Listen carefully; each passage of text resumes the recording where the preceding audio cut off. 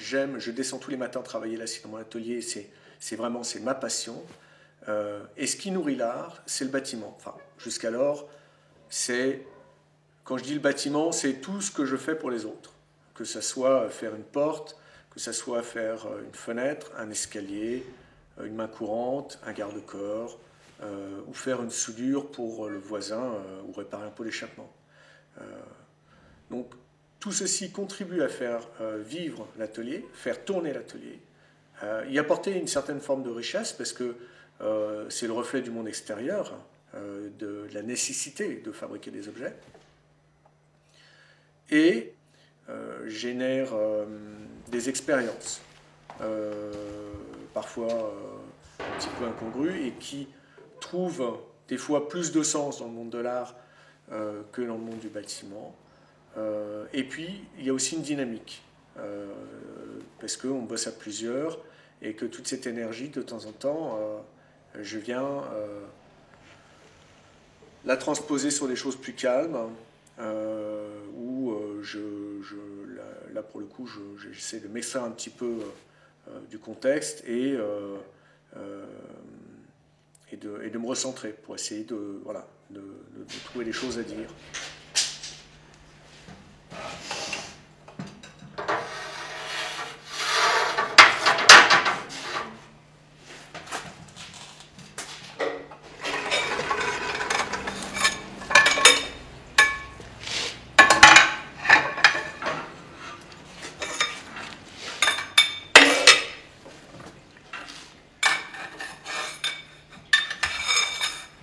Pourquoi le métal? Pourquoi l'acier? Moi, il y a certains matériaux qui correspondent à certaines personnes, au niveau du tempérament, au niveau de ce que le matériau renvoie. Moi, j'ai un caractère très, très bouillonnant, je suis très impatient.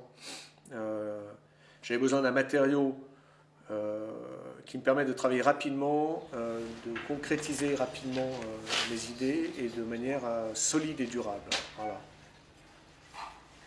Et puis après, le matériau m'a renvoyé, alors forcément avec l'expérience, etc., le matériau m'a renvoyé beaucoup de choses, m'a appris des choses sur lui, m'a appris des choses sur moi, sur mon impatience. Et c'est vrai que mon rapport au matériau a changé.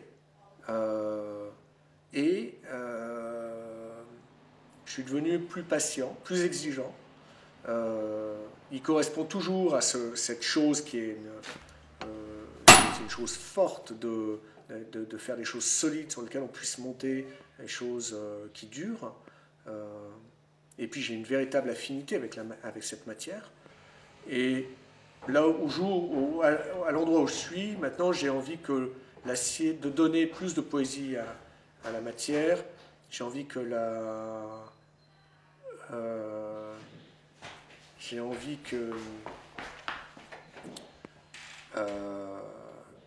j'ai envie de ramener de la douceur.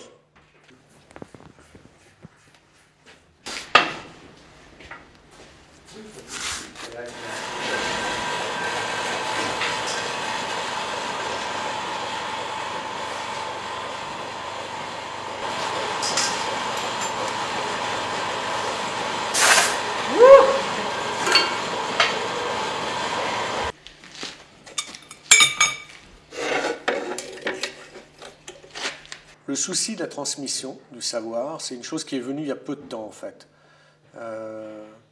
Elle est venue au moment où je me suis vraiment posé des questions sur comment je sors du monde de bâtiment, comment je me réalise moi-même vraiment dans mes pièces artistiques. Elle est venue par le travail de l'écriture. À un moment donné, j'ai besoin, si je veux un tout petit peu expliquer ma démarche, d'écrire. Donc à partir du moment où j'écris, je pose des choses à plat, je me pose d'autres questions, je verbalise, je cherche des mots, et je suis déjà dans un processus de transmission.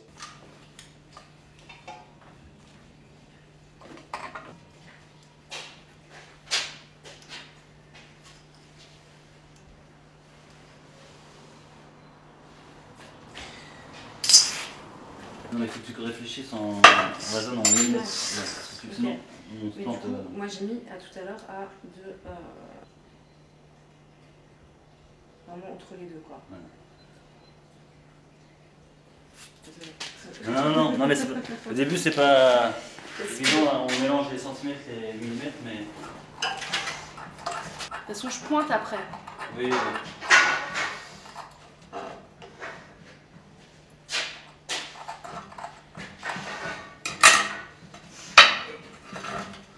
J'y fais plus attention à mes stagiaires qu'avant.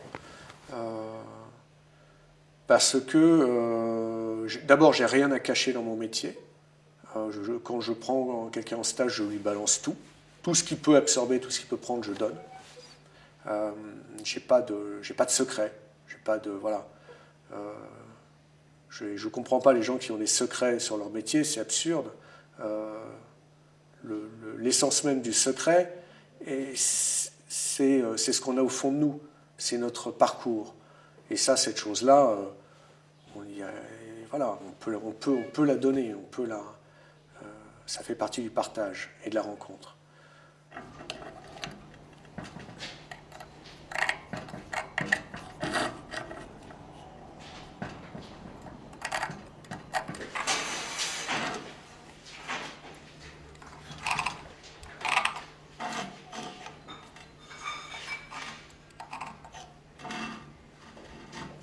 Il y a une chose absolument passionnante dans ce métier ou ces métiers-là, qui est cette liberté d'entreprendre par soi-même et d'écrire sa propre histoire avec un matériau. C'est pas facile, hein. Je pense que c'est une vraie forme de liberté, parce que ça veut dire quoi? Ça veut dire que tous les matins, je descends à l'atelier, il faut que je dois vivre, je m'inscris dans une réalité où j'ai une maison à faire tourner, des enfants qui vont à l'école, etc., des choses à payer. Donc tous les jours, il faut que je trouve du boulot auprès de certaines personnes qui vont avoir besoin de moi sur des projets.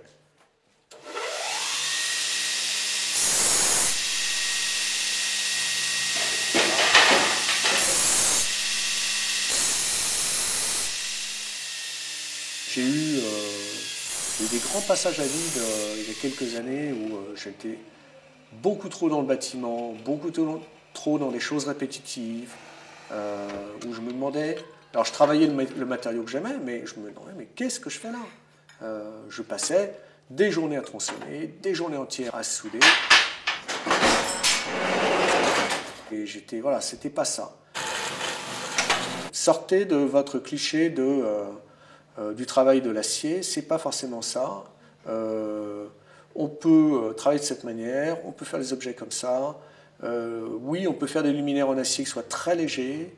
Je fais des sculptures qui sont très aériennes, qui laissent passer la lumière, qui ont un parti pris graphique très fort. Elles sont en fer, regardez comme c'est doux. Mais voilà, tout ça, ça demande beaucoup de... Il faut y croire, il faut en parler, il faut être sur le... Alors c'est vrai que bon, les petits jeux, il y a des fois j'ai des jeunes qui arrivent et ils se rendent pas compte. Hein. Ils tiennent pas au bout de 2 jours. Je leur dis écoutez, vous rentrez chez vous, c'est pas possible.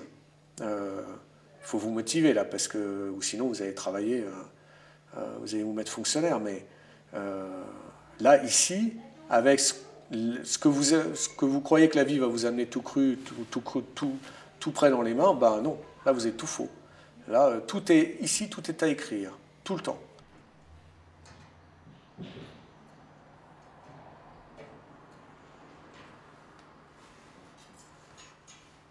Je gagne en précision. J'ai vraiment, maintenant, au bout d'années et d'années de travail, j'ai éduqué ma main à, quand j'attrape quelque chose et que je veux aller là, elle m'envoie le truc vraiment là. Voilà. Il y a des gestes que je fais qui sont des gestes que j'ai tellement faits que, quelque part, des fois, ma main travaille pas toute seule, mais voilà, elle y va de manière très simple.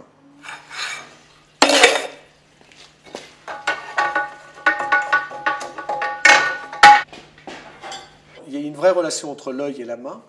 c'est un travail quasi permanent, une sale habitude quasi permanente d'être influencé par le monde extérieur. Là, on est au printemps, je suis toujours stupéfait au printemps de voir la nature se réveiller, de voir comment s'ouvre un bourgeon, comment se développe voilà, une feuille. C'est des choses qui me touchent.